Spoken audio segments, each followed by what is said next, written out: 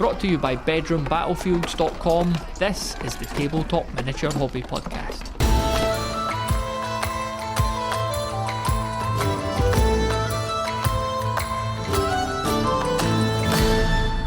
5 Parsecs from Home is the main game on my radar right now, and I've been deep into it for the past couple of months. On this episode, I'm going to play you the first of my 5 Parsecs audio diary entries, originally released as Patreon bonus content. These entries document me setting up my crew and piloting them through their first 3 campaign turns. Here we go. So this is the first entry in my 5 Parsecs diary. It's a Patreon series. So on the main podcast, you maybe heard me talking a wee bit about 5 Parsecs from Home. It's a game that I'm really now getting into. It's something that I've been able to do, you know, in the form of reading the book, like away from the table, away from the painting desk, and I've rolled up a crew and I'm pretty much ready to play my first game. So I wanted to open this series by just giving you a bit of background on the crew and on that first mission that I've got as well. So basically my crew, they're a bunch of outlaws, predominantly human. It's 5 humans and 1, is it a bot or an android? Sorry, I can't remember the exact term. A robot, basically. So yeah, a bunch of criminals led by an ex-crime lord, a sort of mafia-style boss called Dante Corsaro. And he has basically instigated a prison break. He's taken these 4 other guys with him, you know, criminals of various backgrounds, and they have escaped the penal planet on a former mining ship. So I've got this ex-mining ship. I've named it Old Reliable in a kind of ironic way. So it's got the fuel hog trait, which makes it a little more expensive for me to travel to other worlds. So yeah, Dante and these 5 other humans, and then the android as well that we've got. Sorry if I'm using the wrong terminology there, but you get the picture. So he's called Tinhead, and the way I see it, he basically came with the ship. So he's an ex-security bot for whatever mining corporation it was. So they basically found him on the ship and did what they need to do to enlist him as well. So he's called Tinhead, and I've got a wee bit more about him coming up. First and foremost, though, I'll get to the name of the crew is the Lucky Strikes. And we started with only 10 credits, which I think is pretty low in the grand scheme of things. And 2 rivals as well. We've got 2 rivals to start the game with. And we begin on a world called Frenavos. So again, they've escaped this penal planet that they were on. They've landed on this world called Frenavos. And it turns out that you need a license to operate on this world, and it was going to cost 6 credits. I rolled a 6 there. So Dante himself had a fake ID in the crew's stash, and this enabled them to get a forged license. So at that point, you know, all seemed well. But then when we looked at the world itself, it turns out I had an interdiction, which means that I must leave the world after 2 campaign turns. So that's not ideal at all, because based on how much money the crew had, you know, and the ship debt and the extra cost of the fuel, I really was hoping to spend some serious time on this world, but that's not going to be possible now because, yeah, I'll be able to do this campaign turn and the next, and then I'm going to have to leg it. So again, this all ties in narratively with the fact that this is an outlaw gang and they're presumably being pursued. They probably can't stay in any one place for too long anyway. So from a flavour point of view, this all makes perfect sense. So the first thing I did was to assign those tasks to my crew. So, you know, some of them could train, some of them could trade, some of them could explore. And Tinhead, who I referenced earlier, I sent him out to explore, and he basically got lost. So I had to roll up to find out whether we were able to locate him, because if not, he was going to miss the battle. So yeah, he got lost. We managed to find him, sent him. You could send him back out to explore again. He got lost again, so I had to go out and find him for a second time. And then it turns out he's like, you know what, I love this world so much that I might just stay here. So basically, when we leave this world, I think I've got to spend a story point to take him with me, because he really likes this place. That's obviously why he keeps getting lost. I think there's something going on that we're not fully aware of there. But good old Tinhead got lost twice, and now he really wants to stay. So yeah, with that all done, with the crew, we were ready then to think about the first battle. And because I've got these two rivals, there was a small chance that I was going to encounter one of them, and that actually happened as well. I wasn't rolling very well at all. I was rolling sixes when that was a negative thing, and I was rolling lowly when that was a negative as well. So yeah, it turns out the crew are being pursued by this group of cyborgs. I've named them Directive Zero, and I basically see them as, you know, they're being sent out by the prison company, or the company that operates the penal world that they escaped from. So for this enemy crew, I'm using my Terminator 2 miniatures, like the cyborgs from, I think they were from River Horse back in the day, from I'm sure they had the Terminator 2 license game. So good opportunity to get those on the table. So yeah, in this first encounter, they're going to be fighting their rivals, Directive Zero. Going to be fighting 6 of those, and we have a priority target as well. So basically, one of these cyborgs, whether it's the leader, or maybe it just has some sort of important information on it, we're going to have to try and take down this particular cyborg. So that'll make things interesting.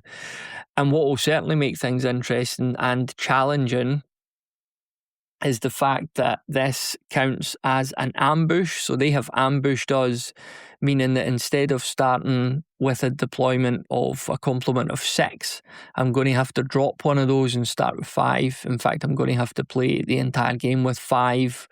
Well, I say that I'm going to have to start the game with less, because in the deployment conditions, I rolled up delayed, which says 2 random crew members won't start on the table. At the end of each round, roll 1d6. If the roll is equal or below the round number, they may be placed at any point of your own battlefield edge. So this basically means I'll be starting the battle with only 3 crew members against 6.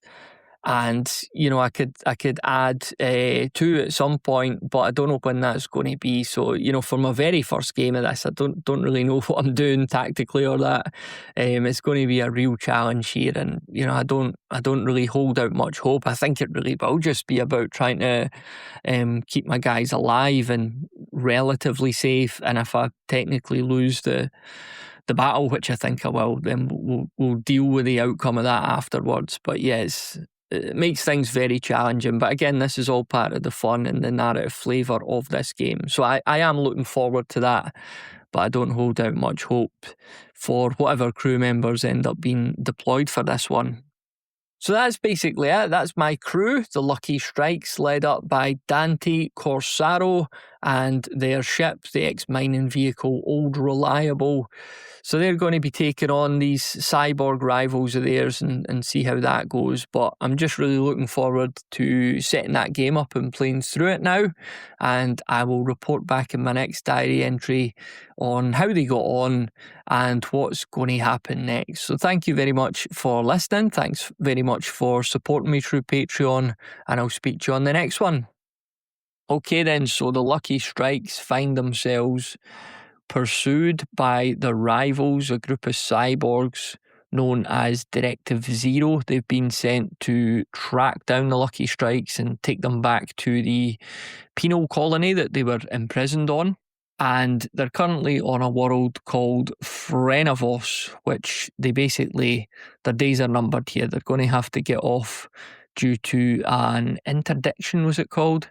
So we're going to have to get off this world as soon as possible, and that assumes, of course, that they survive this upcoming battle. So they're attacked. It's an ambush by these cyborgs. And that meant that I was, first and foremost, only going to be able to start with 5 of my crew as opposed to 6. So I rolled up randomly to find out who would be sitting out this time around, and it was Colt Narrow, who's this sort of frontier ganger turned criminal. I guess you're a criminal anyway if you're a frontier ganger, aren't you? But that's all legal semantics. So yeah, he was going to sit out. He was unavailable. Maybe he'd went off to the shops or something when this ambush happened. But it wasn't just that challenge that was facing me, because a further 2 of my crew were going to be delayed in turning up as well. So another random roll determined that that would be Tinhead, the android, because of course, and the leader, Dante Corsaro, he would be delayed in arriving as well. So I was only starting with 3 of my crew. That was going to be Dust Callus, Tace Bruin, and Jaren Creed. They were going to be starting off against 6 of these androids from Directive Zero. So these androids, they're the security bot enemy type. So they fight in quite a defensive formation. Basically, they'll kind of come towards you, but they won't kind of come any further than around about halfway over the table, and then they'll just basically try and shoot some holes in you. So they're armed with shotguns as well, and there was one particular cyborg as part of this battle that was of special interest to me. So there was one of them in particular that I was going to have to try and take down. Another couple of things to mention with these androids, these cyborgs, they're immune to morale, and they've got a toughness of 5 as well. So this is the first time I've actually played a battle, and that quickly became apparent that toughness 5 is quite tough. So it's pretty hard to take these guys down. And what I found as well is I really didn't have much range in my crew. Starting off, 2 of the guys, I think one of them had a range of about 24, the other one a range of about 36. So that was fine to get some shots away at them before they were in range of us. The shotguns are about 12 inches in range. So the cyborgs had to do a bit of advancing before they could get any shots at us. But I think it was Tace Bruin. His weapon only had a range of 8, so he was basically, I just kind of kept him in cover for the first few turns. So yeah, that was kind of how we started, just hiding round the corner, trying to get some pot shots away, and not, like I say, not having a lot of luck, not having any luck really at doing any damage on these guys. And it was round 3 before I finally got my other 2 guys on the table. So Tinhead and Dante arrived. And at that point, things look like they're actually going to end up pretty well for me, because I've suddenly got, it's not quite a full complement, because obviously one of the guys is missing out entirely. But just as my reinforcements arrive, Dust gets a shot off against one of these cyborgs and takes them out. So they're reduced from 6 that they were to now 5. I've got my reinforcements there, and at that point I'm thinking to myself, just stay in cover, try and pick them off, and we probably can do something here. But things quickly went south for me then, because, well, before they went south, actually, if you've played Parsecs before, you have the opportunity to see if you could go first before the enemy. You have to roll under your reaction score. So I basically rolled 5 dice. I was looking for only 1s and 2s, and that's exactly what I got. It was pretty much the only time in the game that I rolled well. So I got all these 1s and 2s, which meant I could activate my entire crew before any of the enemy activated. So I had a real opportunity then to take the initiative and do a lot of damage, and my shooting at that point was just terrible. And then when they retaliated, one of them picked off Tace, so he went down. He was out of the game. And then Dust as well quickly followed him. So I suddenly lost 2 of my crew, and then straight away you're on the back foot again. And at that point, pretty much all of the cyborgs had got themselves into range, so they weren't going to advance anymore. They were just going to stand. They were going to aim as well, which meant that they could re-roll ones when they were rolling to hit. So it was just a line of fire, basically. And I was trying to stick to my cover to make it a little bit harder for them. But then they took out Jaren, so that was 3 down. And then he was very quickly followed by Tinhead, which left only Dante.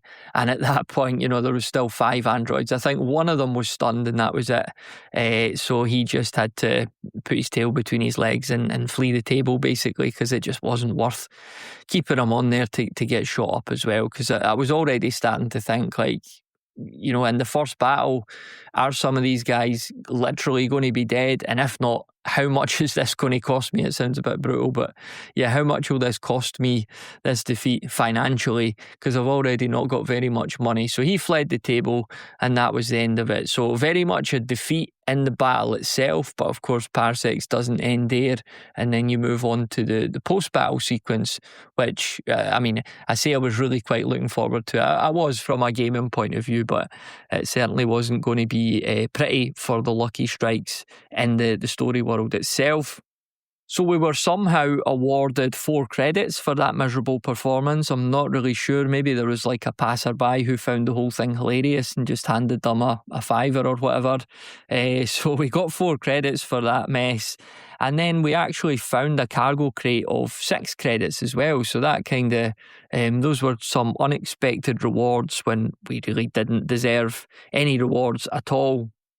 Turning to the injury list then, I had a look at Tinhead first and foremost, got him on the workbench to see, all the bullet holes in him, see what sort of damage he'd encountered. So I rolled up severe damage, so he's going to miss the next 2 turns. As for my human crew, Jaren, he's a sort of ex-military guy.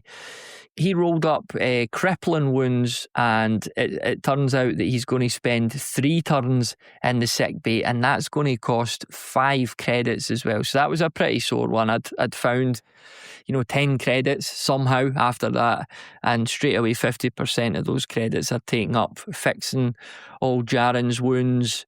Dust, his weapon was damaged. He was fine. It was just his weapon, which was unfortunate because I can't remember, was it an auto rifle or something? It was pretty good. It had a decent range on it, but that's damaged. He won't have to sit out any campaign turns, fortunately. So I just bought him a shotgun straight away. You could buy them for 1 credit because the repairs, which I'll do next time around, I'll do that in the pre-battle sequence, is it called?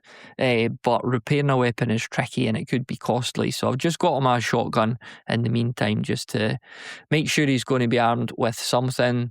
As for Tace, he suffered minor injuries and he'll miss 1 turn. So as it stands, in the next campaign turn, in the next battle, I'm only going to be able to field 3 of them. And that is, of course, unless I decide to recruit, which brings its own challenges. It gets more expensive. So we'll have to see. We'll have to see what I do there. I'm not going to deal with that stage just yet. That'll be in my next diary entry. But yeah, that was the injury list there. So next, we were looking at the campaign events table to find out what had happened there. And I rolled up, it's time to go. Whatever you did, every campaign turn you stay on this planet, you must add an additional rival. So I think that's really in keeping with how things are going on this planet. We already pretty much have to leg it, get out of Dodge on the next campaign turn, and this just reinforces that because we've obviously attracted so much heat here that we're just going to have to get as far away from the place as possible. So as if my hand wasn't forced already, I think that's pretty much decision confirmed, and I'll have to seriously consider getting us off this world for the next turn. As for the crew themselves, although Jaren is badly injured, a very costly injury, and he's going to be out for 3 turns, he did manage somehow to make some friends, and he got himself 1 XP. So I don't know if that's a doctor or a nurse or something like that, but he's made himself a friend or friends. So good on you, Jaren, whilst you lie there in the sick bed, contributing nothing and draining the crew's finances.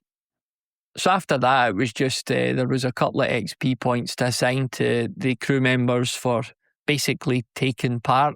We obviously didn't win, so they didn't get a lot, but it takes them up a wee bit towards being able to maybe upgrade some skills or whatever. As it stands, then the credits in the kitty stands at 11. Before we head into turn 2, we still have 2 rivals. If we stay here any longer, that'll increase. We've got 5 story points.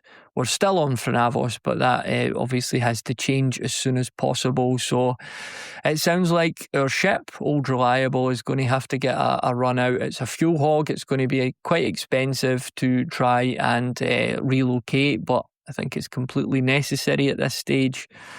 So in my next entry, we're going to look at what I've decided to do, if I've decided to recruit anyone, and if we're moving on, which I think we will be, where we're going to be heading next, and if these Directive Zero cyborgs have decided to follow us. So then we move into campaign turn 2, and I was really going to have to get off the world. I think that was pretty clear from the last diary entry. So of course we're going to opt to travel, and that's going to cost us 6 credits because Old Reliable, our ex-mining ship, is a fuel hog. So straight away 6 credits out. And then I was also kind of worried about what might happen on the way as well, and whether that was going to cost any more money. Before we did leave, of course, I had to spend a story point because Tinhead, he really liked where we were and he wanted to stay. So we basically had to drag him onto the ship. And when I was going to say set sail, is it set sail when you go into space? When we took off, fortunately I rolled up time to reflect. So it simply said, how is the story unfolding? What did it all mean? And it added that story point back. So in the end, no harm done with Tinhead's little sojourn a couple of times on that last planet. And where we're going now is a world called Valtherus. And we don't need a license to operate on this planet. And it's a world with a lot of bot manufacturing technology. So it says that all bot upgrades are 1 credit cheaper as well. So I'm interested to find out if that could become important further down the line. Tinhead at the moment, of course, he's still lying on the workbench, getting bullets picked out of him. The crew has 2 rivals, and of course, both are going to follow us. That was what I rolled up there. So, Directive Zero is one of the rivals that we do have. That's the cyborgs that have been trying to track us down. And the other rival at this stage remains a mystery, but they've nonetheless followed us here to Valtherus as well. So, I had to spend 1 credit on the crew upkeep. And because of lack of cash, I've made no payments at all on the ship, and that puts my debt back up to 25. So it's just, I basically didn't have enough money to do anything with the ship at this stage. But at a certain point, I can't remember if it's 35 credits. If I go into debt by another 10 credits, then the repayments become even more extreme. The interest rates go up. And I know you can get to a stage further on if you get so far into debt that your ship could literally become repossessed. So I hope to not get to that stage. But right now I couldn't afford to make any payments on the ship. So as I'd said in the last diary entry, I'm going to be missing 3 of my crew members in whatever battle it is that we fight. Tinhead's going to be out, Jaren's going to be out, and Tace as well. So I did consider recruiting a 7th crew member. That comes at a cost as well. That would put the upkeep costs up. But when I looked into it, it was actually quite unlikely to succeed. Like if I'd sent someone out there to try and recruit, I just don't think I would have managed it basically. So I decided against that. I only had 3 crew members who could do the tasks. Obviously, the ones in the sick bay, you can't send them out there to trade or explore or anything like that. So I just had 3 of them to work with. So with those two rivals following me, I decided that Dante, my leader, would go out there and try and act as a decoy, try and trick them into turning up somewhere else. So I sent him out there as a decoy, or he sent himself, given that he is actually the captain.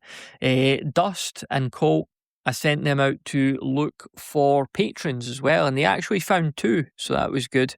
Not just one, but two patrons. So the crew were hired by the sector government. It was worth an initial 2 credits of danger pay, and the job must be done this turn. So there was no additional benefits, hazards, or conditions. And because of Dante's clever decoy trick, the rivals didn't manage to track down the crew, which means we could go ahead and do this patron mission. So as for the battle, it's going to be a bitter struggle, which means the enemy morale is at +1. And in terms of documentation, we'll gain a quest rumour as well. The objective is to protect a VIP, and I'll be facing 5 opponents. So this threw up the opportunity to create a decent little story around this, which I've duly gone ahead and done. So let me just read that to you now. The owner of a popular chain of budget pubs on Valtherus has blamed a recent spate of plagues on the government's chief epidemiologist, Dr. Septimus Blight. The android alehouse keeper, also known as Tin Martian, claims Blight isn't curing the plagues, he's causing them, and in doing so has devastated the planet's once booming hospitality industry. Though these allegations have been vehemently denied by the Valtherian government, Tin Martian may have finally found the proof he needs. The flustered Dr. Blight recently left a briefcase of important documents in a particularly unpleasant area the locals refer to as the sludge basin. It's unclear what business Blight had in the sludge basin, though he's since claimed it's part of his important role as patron of a sick rats charity. Martian has hired Ruddle's Asset Recovery, a notorious firm of bounty hunters, to obtain the briefcase from the sludge basin. The Valtherian government haven't been so lucky in their quest to hire anyone stupid enough to accompany Blight back down there to retrieve his property. In the end, they've had to put their faith in a beleaguered gang of fugitives called the Lucky Strikes, or what's left of them anyway. So will it be last orders for Dr. Blight, or can the Lucky Strikes get him safely into a taxi before it all kicks off outside the chippy? So there you go then, that's a little bit of a narrative leading into this battle. So I'm going to be taking on this group of bounty hunters. I've got a really cool gang of miniatures that will work well for that. It's Fed Trooper miniatures from Checkpoint. And I've got a little Plague Doctor miniature from Midlam who's going to act as the notorious Dr. Blight. So in this type of mission, it's called Protect. It says you will be accompanied by a VIP character. They are unarmed and may never initiate a brawl, but will defend normally. They cannot be given any equipment. The VIP must set up at least 12 inches from the centre of the table. The enemy must set up 12 inches from the centre on their side. Treat the VIP as another member of your crew. If the VIP spends a full round within 3 inches of the centre of the table, you win. If you achieve this within the first 4 rounds of the game, you earn an additional 2 credits in pay. So with only 3 proper crew members, I'm almost certain I'm not going to be able to do this, but I'm just going to have a go and see what happens. But yeah, I think like the important thing really before trying to succeed in this mission is just not to have anyone shot to bits and end up on the treatment table as well, because I really I can't afford to lose any more of these guys. I think I've got Taste coming back in the next round, so all being well, I'll have 4 available for whatever battle I fight next. But yeah, if I lose anyone in this one, it'll be a disaster. So I'm really going to be super careful about this. First sign of any harm coming to my guys, and I'm afraid that old Dr. Blight is on his own. We're just going to flee the table, but I think we need to stay there for at least 2 turns or we won't get any XP at the end of it. So yeah, I'm not confident at all. I genuinely don't think I'll be able to do this. One thing that has given me a slight glimmer of hope, I realised that I And in the previous battle, when I fought Directive Zero, I realised I'd made a mistake and I'd actually given them specialist weapons. So they were all armed with shotguns, and that obviously did quite a lot of damage to us, each time they were able to shoot us. So I'd made a mistake there. They shouldn't have had, those are basically weapons reserved for the specialist NPCs, as far as I could see. So I'd made a slight mistake there, and I was also a bit lax with the stunned mechanic as well. Sometimes I was shooting these cyborgs and I should have had them as stunned and I didn't. So I've slightly screwed myself there, and I need to be a bit more diligent about that going into this battle, especially, like I say, as I only have 3 crew members. They have 5, so it's not an absolute disaster. But yeah, first sign of trouble, I'll be out of there. So that is it for this diary entry of my 5 Parsecs diary, and I'm looking forward to the next entry, which will report on how it all went. All right then, so we've just finished our battle there, and I'm delighted to say and slightly surprised to say that the Lucky Strikes and Dr. Blight were victorious. Blight managed to recover his suitcase, his briefcase, and the Ruddle's asset recovery bounty hunters have been sent off, or certainly what's left of them. They've been sent away with their tails between their legs. So they were, like I say, they were a bounty hunter troop type, and they were armed with colony rifles, which had a range of 18 inches. So they had a lieutenant and a specialist, and the lieutenant had a marksman's rifle that had a range of 36 inches, and the specialist had a hunting rifle, a range of 30 inches, and a point of damage too.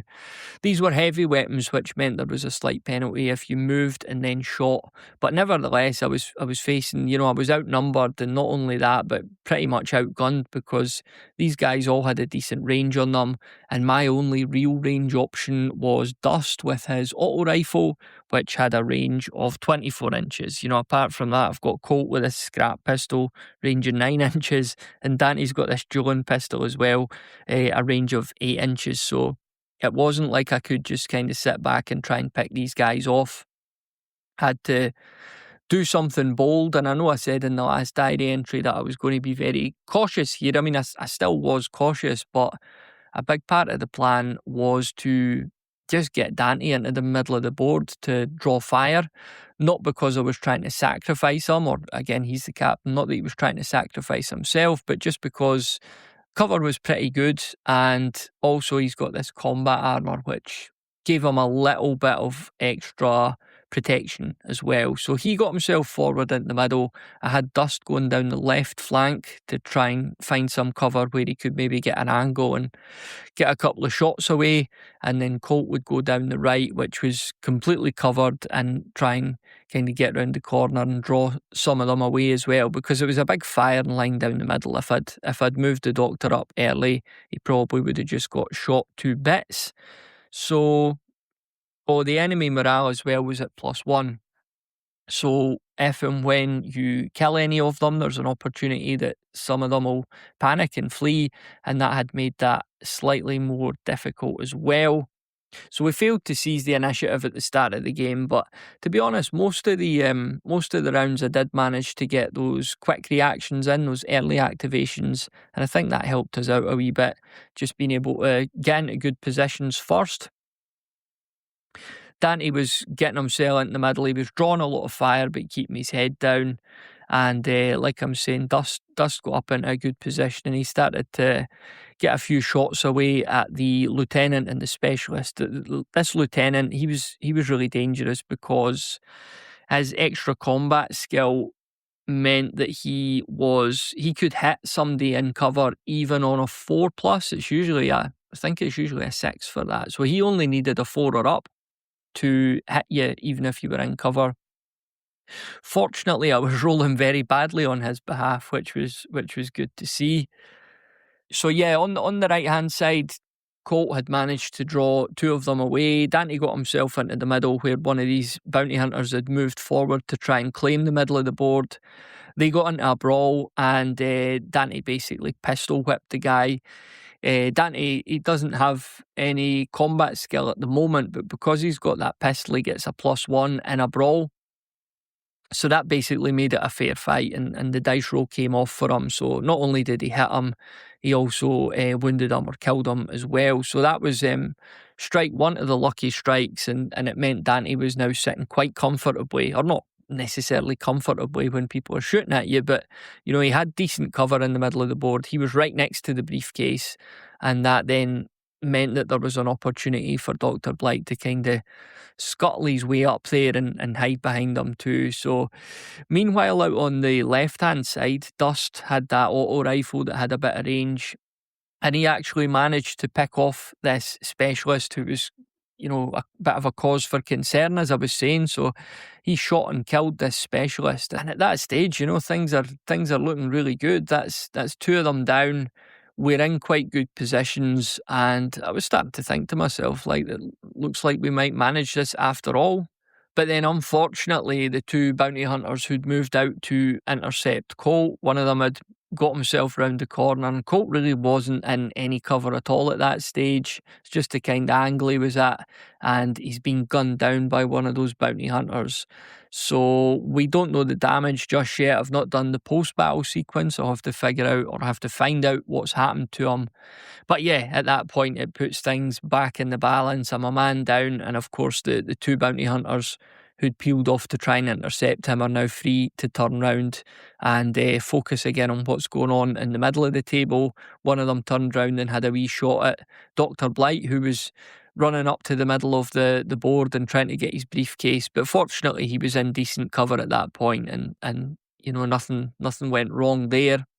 So although that lieutenant had been killed, there was still this specialist to deal with, and Dante just basically charged the guy. He didn't quite have enough range to get to him, but he got far enough towards him that the guy was going to have to basically engage him in a brawl, because those guys, their combat skill is 1 point higher, and that means that if you get close enough to them, they'll come and fight you hand to hand.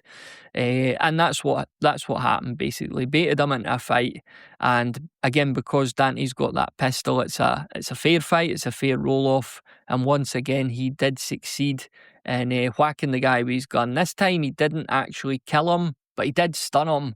And at that point, I realised that I had pretty much won the game, because the two guys out on the flank that had shot at Dr. Blight, they'd missed it. That was the only real opportunity for them to kill him. And because they hadn't done so, that was him. He'd basically held that position in the middle of the table next to his briefcase for an entire turn. So that was the victory condition. But, just to see what happened, I played out my turn, and because Dante had this concealed blade, so he defeated the guy in a brawl, pushed him back 1 inch, and because he then started his turn, he had this concealed blade which he was able to throw. You could do this once a turn, so he threw it at the guy, and it stuck into his throat or whatever, and he's killed him. So that was a really satisfying end. Like I say, I'd technically already won at that point, but it was a thematic way to end. And Dante killing another guy there will give him a wee bit extra XP in the post-battle phase as well. And I just imagine those remaining two bounty hunters just turning and fleeing, because old Blighty's got his briefcase, his pet rats are all around him, and everyone's happy, apart from Colt, obviously, who's lying up there with half his guts hanging out. So again, we're going to have to find out what's happened to him. Hopefully it's nothing too serious or too expensive. But yeah, that is it for the battle itself. Let's now head to the post-battle sequence. Parsecs Diary is an audio journal bonus series on Patreon, chronicling the adventures of my 5 Parsecs from home crew, the Lucky Strikes. Follow this beleaguered gang of criminal scum as they're pursued around the galaxy by lethal cyborgs, xenomorphs, and budget ale-inspired bounty hunters. Parsecs Diary is available now on patreon.com/bedroom battlefields. That's patreon.com/bedroom battlefields. And now, back to the show. Alright then, it's time for the post-battle phase, and having had a wee flick through the book, it turns out I did perhaps end the battle prematurely, because as much as I had achieved the objective, there was still a roll that I really should have done there. So it said, if you've achieved the win condition of your objective, your enemy may give up. So what I was supposed to do there was roll 2d6, and if either die is a natural 1, the enemy withdraws and the battle ends immediately with you holding the field. So I had 2 of these guys left, so technically I shouldn't have ended the battle there, but I'm going to say that I had them. I had them at that stage. They were on the ropes and they ran away. So I'm taking the victory there. I'm not going to set it back up and play it again. So on to the post-battle phase then, and the first order of business was to check whether the Ruddles asset recovery bounty hunters were so furious at that defeat that they actually go on to become a rival. And I could confirm that did, of course, happen. So I've now got my third rival, the Ruddles Asset Recovery Corporation. So that brings me to 3 rivals. And it's getting to that stage now where I'm thinking, will I be able to fight anyone? Will I be able to do any patron missions, or am I just going to have to fight rivals from now on? So we'll have to probably assign a couple of my crew to act as decoys in the next pre-battle round. But I'll get to that when I'll get to that, and I'll make some decisions there. So I was able to add the Valtherian sector government as a contact patron on this world as well. So I've got, as well as 3 rivals, I've got 3 patrons. That gives me options for getting some extra cash when doing missions. But of course, that does depend on being able to stay clear of these rivals as well. So I earned 6 credits from that encounter. I also found some debris on the battlefield, which I sold for 1 credit. So that brings my total number of credits now to 11. So I've got 11 credits in the kitty. On the loot front, I continued my acquisition of broken stuff. I've got a broken infantry laser, and I've got 3 broken dazzle grenades. So I'm going to have to find one of the crew that wants to fix a broken grenade. Does any job sound worse than that? 3 broken dazzle grenades, 1 broken infantry laser. So what else have I got in the ship's stash? A broken marksman rifle. So at some point I'm going to have to look into this and see if there's a cost-effective way to fix some of this gear. I don't know if you sell the broken stuff. I would assume not, but maybe that's worth me looking into too. But anyway, that's a task for another diary entry. Because I come to some sad news. Colt Narrow, who was one of my crew, he was gunned down in that battle, as you know, and I had to roll to find out Colt's fate, and very sadly, Colt's dead. So I rolled quite low and sort of did the double take when I looked at the table. But yeah, Colt's dead. The only silver lining, if you could call it that, is that his equipment was undamaged. He had a scrap pistol. So poor Colt's scrap pistol goes into the ship's stash. It was rubbish anyway. But yeah, Colt's dead. Sadly, that's the first proper casualty of my campaign, pretty early too. He's not been around long. So yeah, that's a shame. And we will be able to recruit without any cost or test or anything like that. I will be able to bring in a 6th crew member. It's only if you extend your crew beyond 6. So if you're trying to get a 7th or 8th or so on, there's some costs and roles and things like that. But I can recruit a new crew member, and we'll get into that when I do the pre-battle phase for the next turn. So yeah, rest in peace, Colt, and I'm sorry it didn't last very long for you. On brighter news, Dante Corsaro, the captain, he earned 5 XP because he took the first casualty and also one of the specialists or lieutenant. I can't remember which was which, but he killed one of them as well, and he was on the winning side. So yeah, 5 XP in total. Dust earned 4 XP. Because he also killed one of the unique characters and was on the winning side. So that took Dante to 8 XP total, Dust to 7, and I've spent 7 for them both on an extra a combat upgrade. So both were sitting at combat 0, which isn't great, obviously. So I've bumped them both up to combat 1. So yeah, hopefully that's a wise investment that might help me to succeed in future battles. As for the campaign events, I found another patron. So I'm just saying either I've got 3 patrons total. That includes this new patron that I've found. So yeah, 3 patrons in total, 3 rivals in total. And as for the character event, which was the final thing to do in this phase, I picked out Jaren Creed, who is currently in the sick bay. He still has 2 more turns to sit out, but you're allowed to pick one of your injured characters to do the character event. And for the first time ever, I think, in my life, I rolled a 100 on the D100.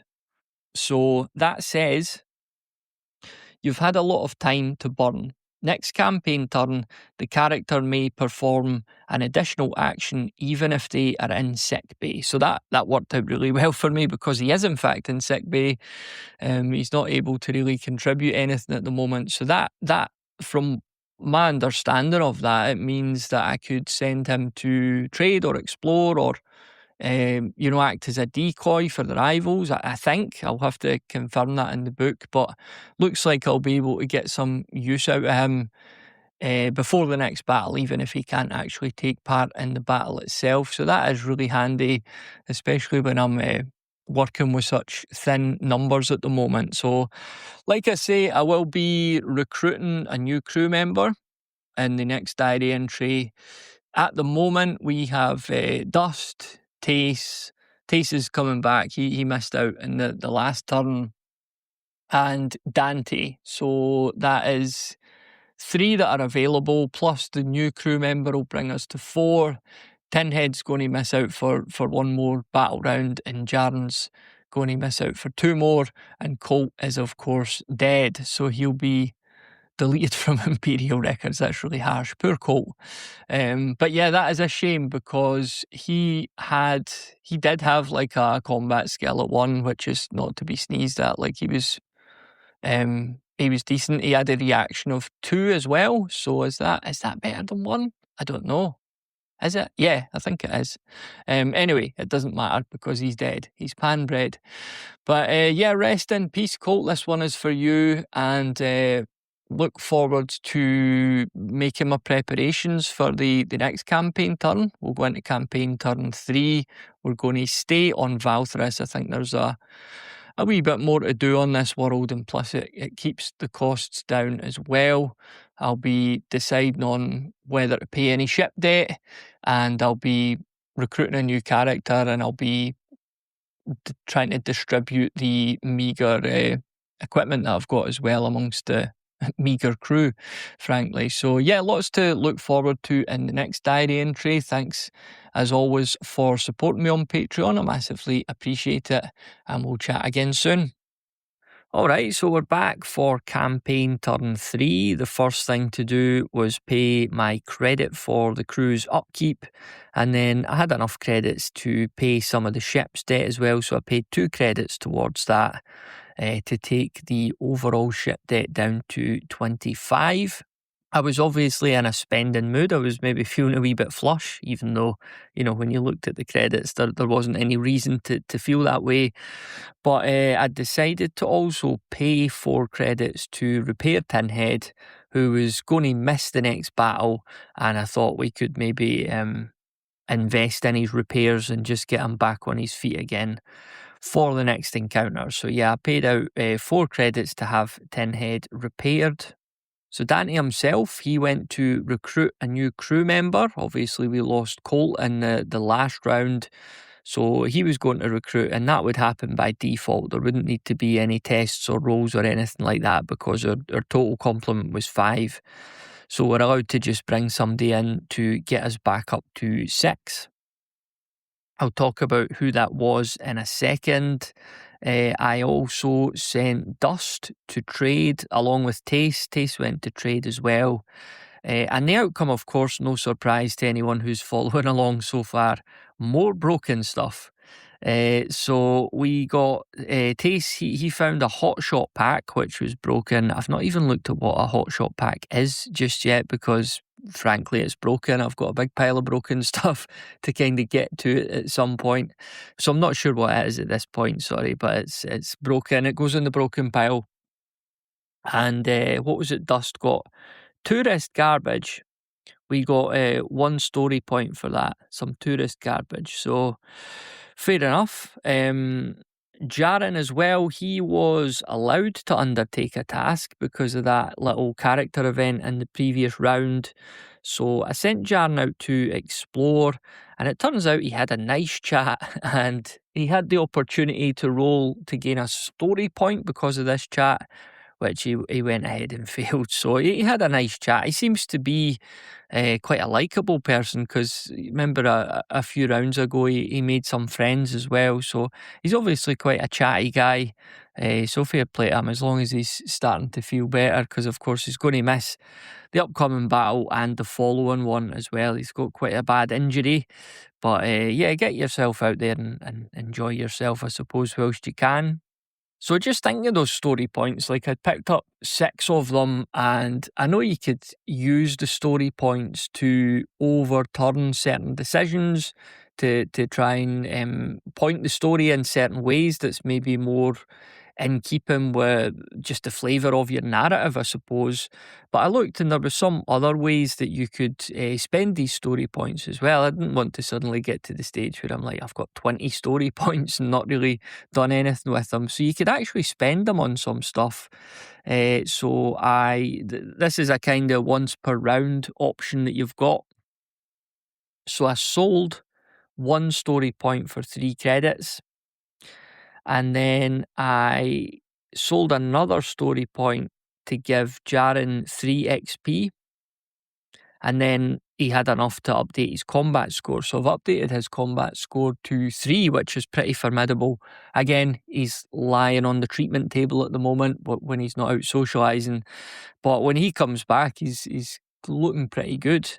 And 1 story point, a final story point for the time being.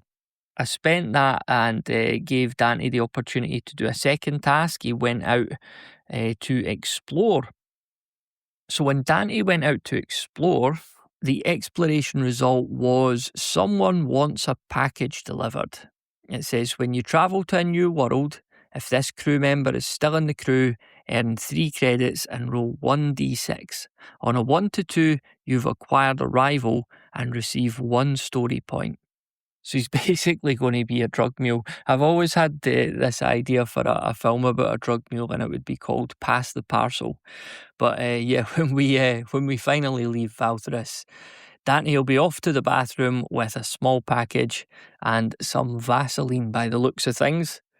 Now, we have 3 patrons, and one of our patrons is indeed the Valtherian sector government. So we were offered a job with 3 credits of danger pay, and it must be done this turn. The conditions were demanding as well. So that looked like the opportunity to get some extra cash. But of course, we've got 3 rivals as well, and one of our newest rivals is Ruddle's asset recovery, and we had to roll to make sure that they weren't going to track us down this turn, but they actually did. So the patron job had to get cancelled because we are going to be attacked by Ruddle's asset recovery. And the rival attack type is a raid. So it says if you fail to hold the field, your ship will take 1d6 plus 1 points of hull point damage. If you have a spaceship model, it should be placed dramatically on the table for this mission so that you have a visual reminder of what you are defending. So on top of that, we had a toxic environment condition as well. I'm just taking a look at what that means. So toxic environment, whenever a combatant is stunned, roll 1d6 plus savvy skill. Failure to roll a 4+ becomes a casualty. So Ruddle's asset recovery, we're going to have 5 bounty hunters And the run-of-the-mill guys, the rank-and-file guys, are rolled poorly for them. They're only going to be carrying scrap pistols. Maybe that's in tribute to Colt, because that was his weapon of choice. But yeah, scrap pistols, not going to give me a whole lot of bother, I would think. They've got a range of about 9, which means they can't really sit back and try and pick me off. Like, they're going to have to advance quite far up the board. They're going to have to put themselves in quite vulnerable positions, and it looks like I'll have a bit more ranged capability this time around. I mean, frankly, I couldn't have any less than last time around. But yeah, that's really good news for me.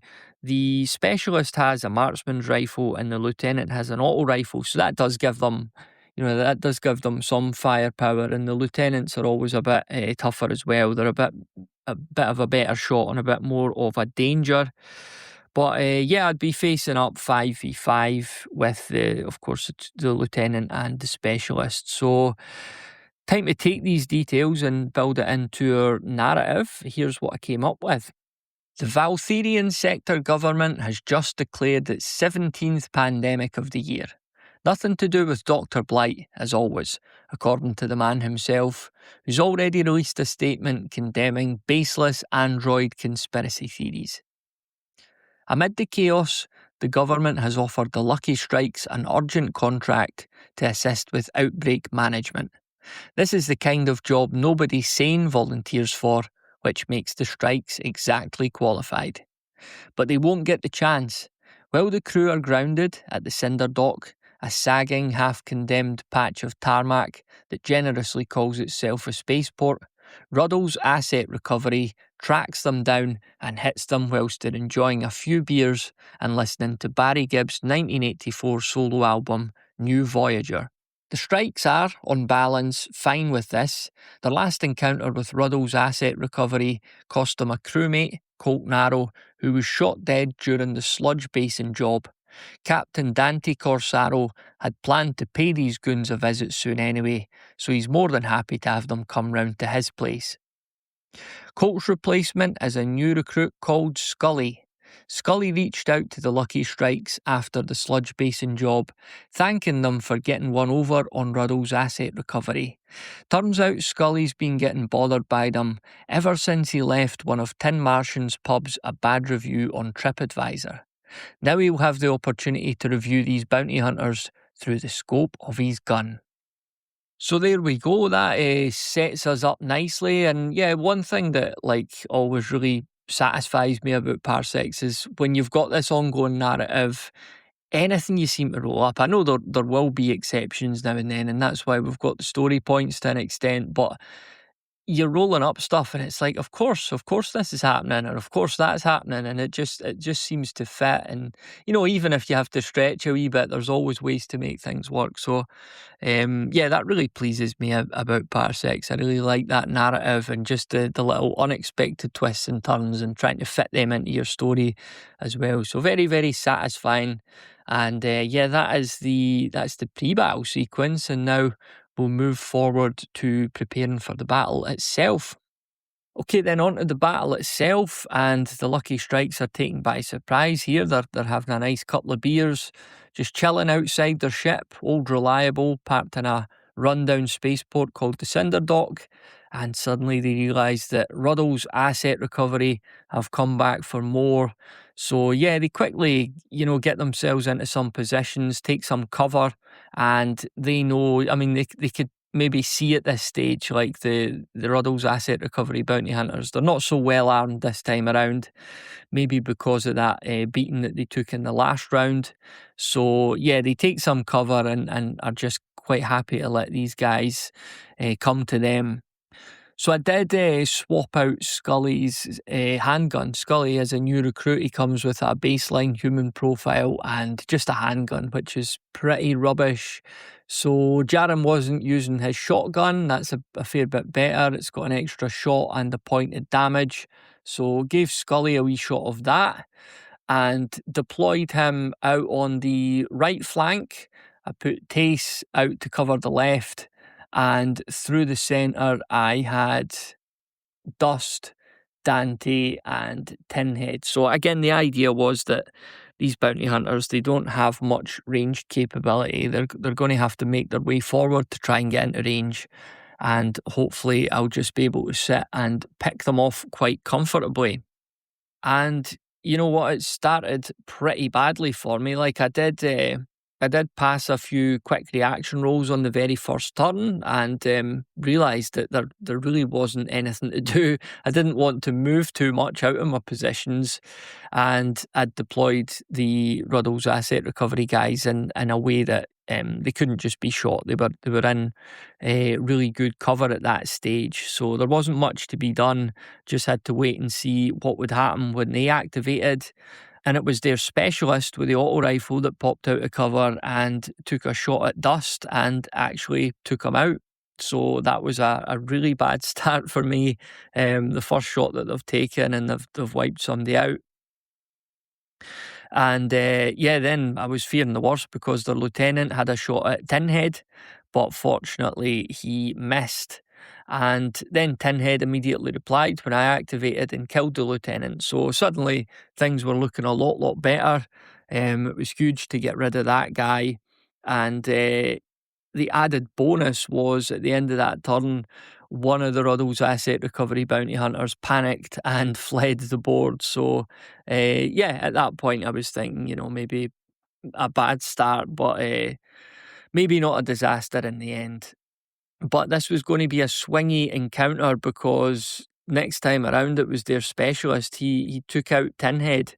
So again, that's Dust and Tinhead out. And back in the balance, I guess, and certainly more casualties than I'd hoped to encounter in this battle. I was really going into this pretty confident. Did not expect to be getting this much grief from them. So then it nearly got worse. Scully was shot at and stunned, and because of the toxic environment, he had to take a special role to make sure that he was okay. And I'm tying this into, Dr. Blight's latest pandemic. So, there's something toxic in the environment. And, he basically had to see if he was going to be fine there. Fortunately, he passed that role, and he was. So, it was a lot more dangerous in this battle getting shot at. There were bounty hunters on each flank at this stage. The specialist was kind of remaining in the middle, and I took Dante out of the way at that stage because even though he was behind cover, I seemed to be rolling very well on the bounty hunter's behalf. So I just evacuated Dante from that position and just got him behind the wall where he couldn't be shot at all at this stage because, he's only got a range with that dueling pistol of, is it 9 inches? I think it's 9 inches. So, he seems to be pretty good in hand-to-hand combat, especially because he's got that pistol that he could use as a hand weapon. But there was no real benefit to him just sitting there waiting to be shot at. So I moved him out the road. Scully, when he activated, had the chance to reply at that bounty hunter that shot at him.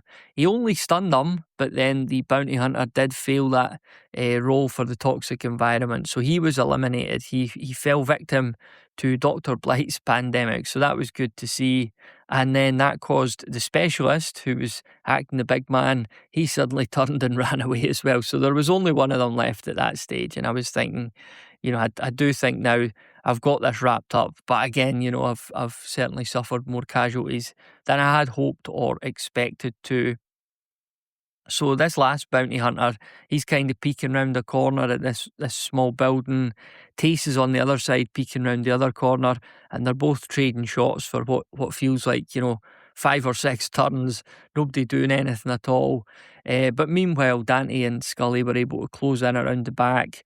Dante creeps up on the guy and, gets the old dueling pistol out and breaks the boy's jaw. So he killed him, and that put an end to these Ruddles asset recovery bounty hunters' antics.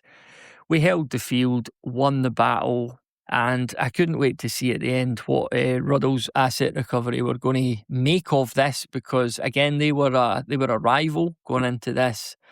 So it says in the post-battle activities, if you've just fought against an existing rival and held the field, roll 1d6, add in a +1 if you tracked them down during the assign and resolve crew tasks, which I didn't, and +1 if you killed a unique individual in the battle, which I did. So on a 4 or better, they've had enough and you can remove them from your rivals list. So I rolled a 3 and adding on that 1 as well because I killed their lieutenant. So that meant that, they had enough. So what I'm taking that as, because I've just beaten them over 2 different battles, killed quite a few of them, and basically I'm taking that as they've went into administration now. They're no longer financially viable, and they've had to fold the company. So get that right up you, Ruddle's asset recovery. Hopefully that's the last that we've seen of them, and that does knock me down from 3 rivals to 2. So, at some point, Directive Zero, I'm going to have them in my sights and hopefully do the same to them as well.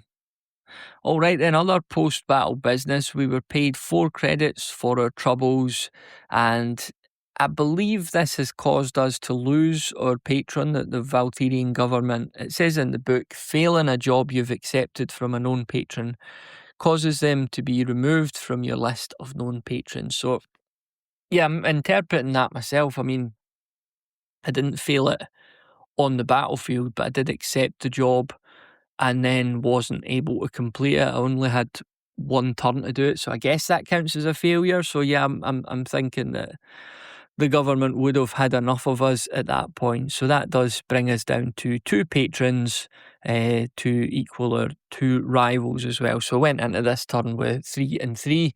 I've now got 2 and 2. So as to what we found on the battlefield after that encounter, a personal trinket. It says, on each planet you visit in future, roll 2d6. On a 9+, you find the owner and receive a loot roll as payment. And speaking of loot, we also had the opportunity to roll on the loot table. So I came up with rewards and ship parts. It says, discount your next ship component purchase by 1d6 credits. Establish the value now. So I rolled a 5. So I've got 5 credits towards any component that I buy for my ship in future. I've actually never done that before, but maybe a wee incentive to look into that in the near future. Okay, the moment you've been waiting for. So what happened to Dust and Tinhead, who were gunned down in the battle there, and do they suffer the same fate as their late teammate Colt? I'm pleased to say the answer is no.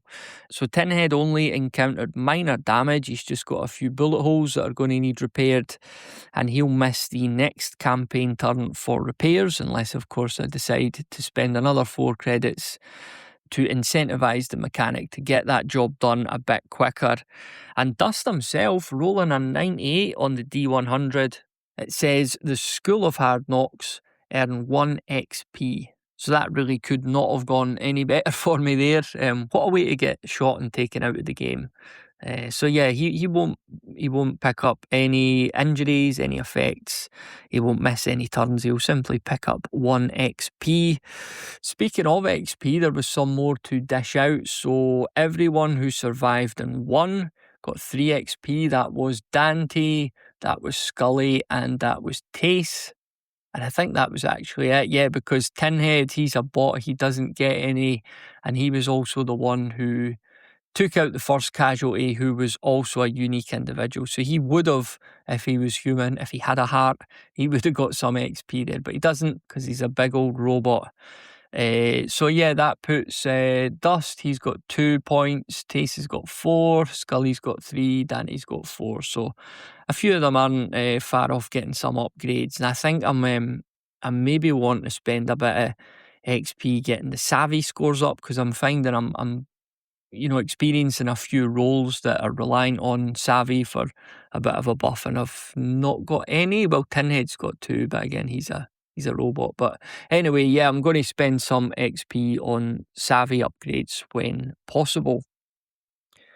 As for the character event, because it was Scully's debut, I thought I'd focus on him. So he managed to earn a little on the side. He received 2 credits, which was nice to pop that into our kitty as well. So yeah, it's a good day for him. He's finally shook off Ruddle's asset recovery and he's managed to earn some extra money there and hopefully the respect of his new crewmates. And the campaign event as well, you sell off some cargo you acquired on the last planet. You earn 1d6 credits, and I managed to roll a 5 again there, so 5 more credits going into the kitty. That takes me up to 15 credits in total, which I think is the most money we've ever had so far. But again, I know how quickly that could turn. So yeah, I can't say I'm unhappy with that. Like, again, you know, getting two of the crew gunned down in that battle was worrying at times, especially because you don't know what's going to happen to them after the battle. But I mean, that really couldn't have worked out any better. I know Tinhead's going to miss a turn or cost me some extra money, but really in the grand scheme of things, I'm fine with that. Dust got off totally scot-free. In fact, he benefited from it, and we gave the Ruddles asset recovery guys a good old beating as well. So yeah, very, very happy with how that went. And yeah, as it stands, 2 patrons, 2 rivals, 3 story points. Going into campaign turn 4 next, we've got 15 credits, 25 credits in our ship debt. Our ship's totally intact. It's got 35 hull points. If we'd lost that battle there, that would have been a different story. The ship definitely would have been damaged. So yeah, can't really complain, and looking forward to see what comes next. Obviously now with the Valtherian government, they'll no longer be interested in us, and certainly Ruddle's asset recovery, I've had more than enough as well. They're a way to sort out their affairs and, you know, enter the company into liquidation, I suppose, the guys that are left alive. And yeah, we'll see what happens from here. Still not planning to leave this world just yet. I think there's a wee bit more we could maybe do. But yeah, we'll see what's ahead of us in campaign turn 4. Alright, so there you go. That's my 5 Parsecs from Home audio diary so far. As I said at the beginning, and as you could probably tell from the last hour, I'm really loving this game, and it's definitely helped keep me actively involved in the hobby in what's otherwise a really busy time for me. At the moment, I'm playing it on a weekly basis, which is more than I've ever gamed before, and I've been releasing these audio diaries each week on my Patreon too, alongside bonus Q&A sessions with recent podcast guests. If you want to access all of that bonus content, head on over to bedroombattlefields.com/Patreon or check the link in the show notes. And for as little as $5 a month, you could follow the adventures of the Lucky Strikes right through until their ultimate victory or eventual demise. Only time, dice, and maybe Tin Martian himself will tell how it's all going to pan out for them. Thanks as always for listening to the Tabletop Miniature Hobby Podcast, and we'll chat again on the next one.